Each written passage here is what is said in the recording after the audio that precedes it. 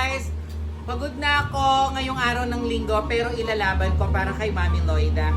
And this is my outfit for today! Hollywood! Oh, outfit check! Outfit check! Oh, kinang-kinang boots, kinang-kinang boots, kinang-kinang short boots. Oh. Guys, nandito ako sa... Malinaw ba to? Malinaw sa may Calidro Events Place. Mag-host ako ng birthday ni Mami Loida Jimenez Mejia. 50th birthday. Sobrang love na love ako nito at ayaw na hindi ako mag-host sa kanya. Sobrang honored ako kasi lahat Jimenez Mejia, kilala ko at connected ako sa kanila dahil ako nag-host ng mga event nila.